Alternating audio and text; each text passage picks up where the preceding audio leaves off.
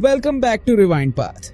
इस मूवी के 2 post credit scene हैं जो सोनी के स्पाइडरमैन क्रॉसओवर यूनिवर्स का भविष्य सेट करते हैं। वेनम का भविष्य, दूसरे सिम्बियोट्स का और नल का भी, जो सिम्बियोट्स का गॉड है। सोनी उसे अपना थैनोस लेवल विलन बना रहा है एवेंजर्स एंड गेम स्टाइल में, जो उनकी सारी मूवीज को एक साथ लाए ना। तो हम सब कुछ डिटेल में ब्रेक डाउन करेंगे, तो स्पॉयलर्स से बच के अगर आपने मूवी अभी तक नहीं देखी है। मूवी के एंड में वेनम सिम्बायोट अपने आप को कुर्बान कर देता है एडी और अर्थ को बचाने के लिए। पूरी वेनम यूनिवर्स को, जैसे कि वो पूरी यूनिवर्स को ही बचा लेता है, नल को कोडेक्स लेने से रोककर, जो कॉमिक्स में दिखाया गया है। रिसेंट कॉमिक्स में नल कोडेक्स का यूज करने का प्लान बना रहा है ताकि वो अपने आप को सिम्बियोट्स के होम प्लैनेट क्लिंट से आजाद कर सके। टेक्निकली क्लिंट कोई एक्चुअल प्लैनेट नहीं है, बल्कि ये मिलियन सिम्बियोट्स का ग्रुप है जो अपने आप को एक जेल में बदल लेते हैं नल के खिलाफ बगावत करते हुए। कुछ पार्ट्स कॉमिक्स के स्टोरी लाइन से लिए गए हैं और कुछ पार्ट्स डिफरेंट हैं, लेकिन नल का थ्रोन पर बैठना दिखाता है कि वो मिलियन सिम्बियोट्स से घिरा हुआ है जो उसको ट्रैप किए हुए हैं, इसीलिए वहाँ टेंड्रिल्स हर जगह हैं। एडी और वेनम अपनी आखिरी गुड बाय करते हैं और वेनम इशारा देता है कि ये एंड नहीं है, वो फिर मिलेंगे, जो पोस्ट क्रेडिट सीन में पे ऑन होता है। फिर एक टर्मिनेटर 2 स्टाइल एंडिंग होती है, जहां वेनम जेनोफेज को बॉन्ड करके उन सबको एक सुपर एसिड बाथ में गिराने की कोशिश करता है। ये सीन एक बड़ी ट्रिब्यूट है आर्नल्ड श्वार्ज़नेगर के T2 सैक्रिफाइस वाले सीन को, जिसमें वो मोल्टन मेटल में गिरता है ह्यूमैनिटी को बचाने के लिए। लेकिन जैसे टर्मिनेटर मूवीज में ह्यूमैनिटी बच नहीं पाती, ये भी वैसे ही दिखाया गया है कि नल और भविष्य के क्रॉसओवर मूवीज के साथ अभी भी लड़ाई बाकी है। एडी को यूएस गवर्नमेंट माफ कर देती है उन क्राइम्स के लिए जो उसने पहले किए थे, एक थोड़ा मैकगफिन स्टाइल में। पहले वेनम मूवी से पहले जो कुछ बुरा किया था उसको ठीक कर दिया गया है। उसको न्यूयॉर्क से बाहर निकाला गया था एक करप्ट जज की वजह से, जो स्टोरी लाइन का पार्ट था। शायद भविष्य मूवी में इसको डिटेल से दिखाएंगे, शायद नहीं। मूवी के इवेंट्स के दौरान एडी सैन फ्रांसिस्को में था क्योंकि उसको न्यूयॉर्क से निकाला गया था। अब वो वापस न्यूयॉर्क में आ गया है वेनम यूनिवर्स के अंदर, लेकिन वहाँ कोई स्पाइडरमैन नहीं था जो न्यूयॉर्क में स्विंग कर रहा था। वो बस इशारा करते हैं कि वेनम यूनिवर्स के न्यूयॉर्क में एक स्पाइडरमैन था, लेकिन नहीं बताया कि वो टॉम हॉलैंड, टोबी मैगवायर या एंड्रू गारफील्ड था। आप अपनी पसंद का स्पाइडरमैन चुन सकते हो। ज्यादा एविडेंस के हिसाब से, और मैंने अपने पिछले वीडियो में बात की थी, ये एंड्रू गारफील्ड का स्पाइडरमैन होना चाहिए। जैसे एडी न्यूयॉर्क की सड़कों पे चलता है, मरून 5 का मेमोरीज सॉन्ग प्ले होता है, वो एक डेडपूल और वुल्वरीन स्टाइल का ट्विस्ट दिखाते हैं। पुरानी वेनम मूवीज के सीन का एक मोन्टाज दिखाते हैं जहाँ एडी सिम्बियोट को याद करता है। एंडिंग में वो स्टैच्यू ऑफ लिबर्टी की तरफ देखता है, जो सिम्बायोट ने पहले कहा था कि वो कभी देखना चाहता था। सिम्बायोट बोलता है कि वो एडी को कभी नहीं भूलेगा। क्रेडिट्स के दौरान एक मोन्टाज दिखाई जाती है जिसमें विक्टिमाइज्ड जानवरों को दिखाया जाता है, जो मूवी के पहले सीन का कॉलबैक्स है, जब सिम्बायोट एक जानवर से दूसरे जानवर में जंप करता है। Venom frog, venom fish, venom horse तक दिखाया जाता है और एक पॉइंट पे वेनम कॉकरोच भी दिखाया जाता है। पहले मिड क्रेडिट सीन में नल वापस क्लिंट पर होता है, जेनोफेज कोडेक्स को हासिल नहीं कर पाता। मतलब अब उसको कोई और कोडेक्स ढूंढना पड़ेगा या फिर कोई और तरीका सिम्बायोट प्रिजन से आजाद होने के लिए।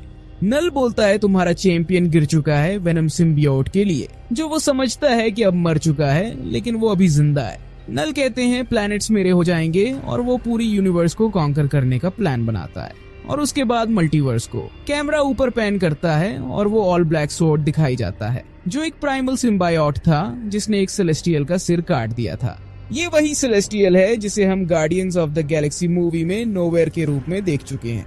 फिर नल कहता है किंग इन ब्लैक जाग चुका है, मैं तुम्हारी दुनिया को बर्बाद कर दूंगा, हर कोई जलेगा और तुम देखते रहोगे। और फिर वो अपना चेहरा दिखाता है जो थोड़ा कॉमिक बुक नल जैसा लगता है। ट्विटर पे लोग उसके अपीयरेंस पे मजाक उड़ाते हुए दिख रहे थे, लेकिन एंडी सर्कस इस कैरेक्टर को प्ले कर रहा है।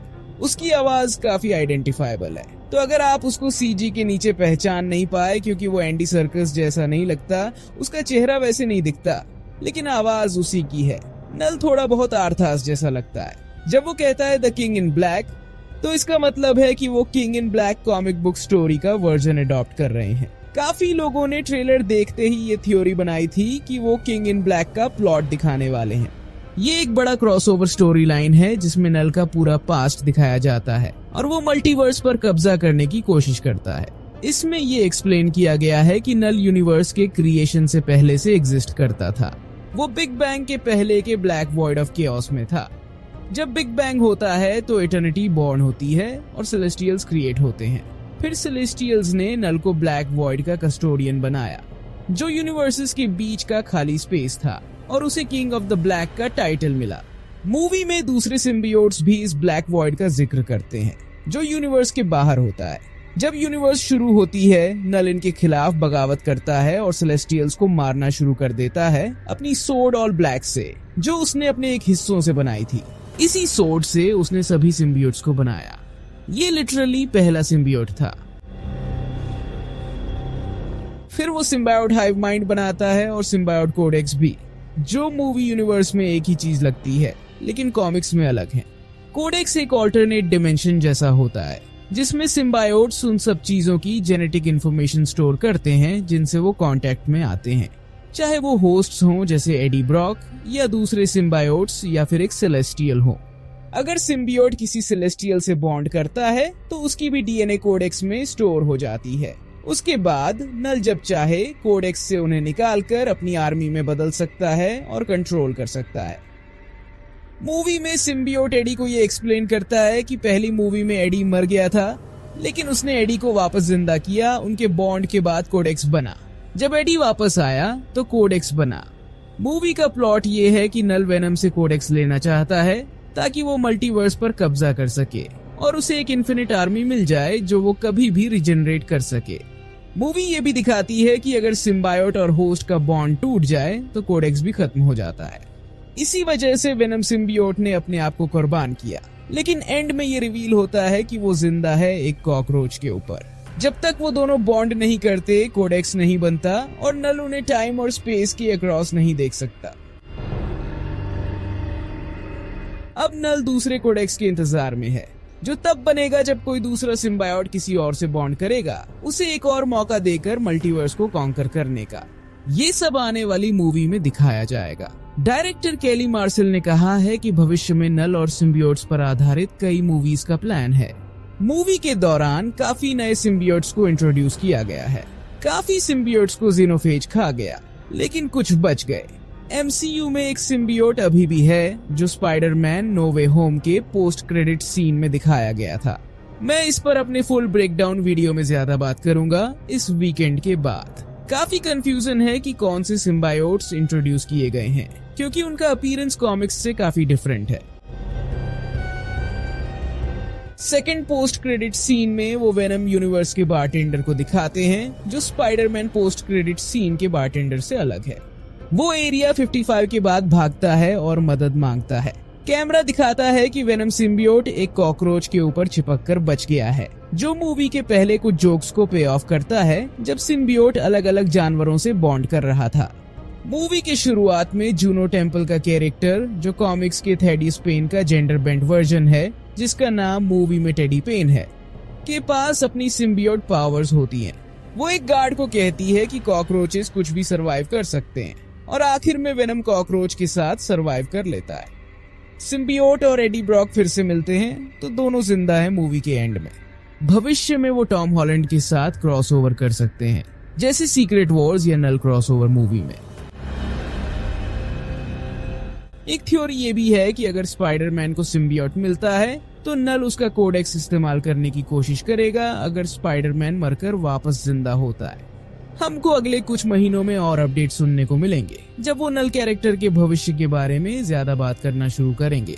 टॉम हॉलैंड ने भी कहा है कि उनके स्पाइडरमैन 4 के प्लान्स काफी अलग और क्रेजी होने वाले हैं, जो पहले कभी नहीं किया गया, और ये भी कहा जा रहा है कि इसमें काफी मल्टीवर्स एलिमेंट्स होंगे। तो देखते हैं कि वो इस सारे नल क्रॉसओवर स्टफ को कैसे इंक्लूड करते हैं। अभी के रूमर्स के हिसाब से टॉम हॉलैंड स्पाइडरमैन 4 में असली सिम्बियोट सूट पहनेगा। शायद वो ये सूट अगले एवेंजर्स मूवीज तक पहनेगा, और हो सकता है स्पाइडरमैन 5 में भी थोड़ा यूज करे।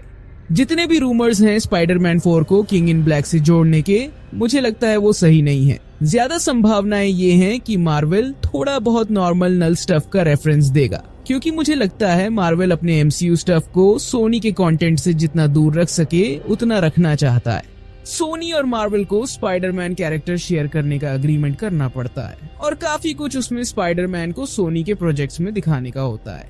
आखिर में ये सब एक बड़े नल क्रॉसओवर इवेंट में कल्मिनेट होगा जो किंग इन ब्लैक से संबंधित होगा।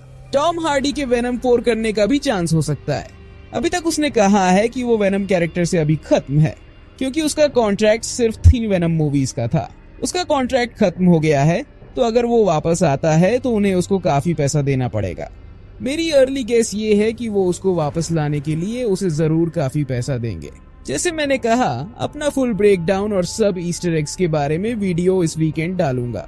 मेरे चैनल के अलर्ट्स जरूर इनेबल कर लो ताकि आप वो मिस न करो। और मैं आप सबसे अगले वीडियो में मिलता हूँ। Thanks for watching.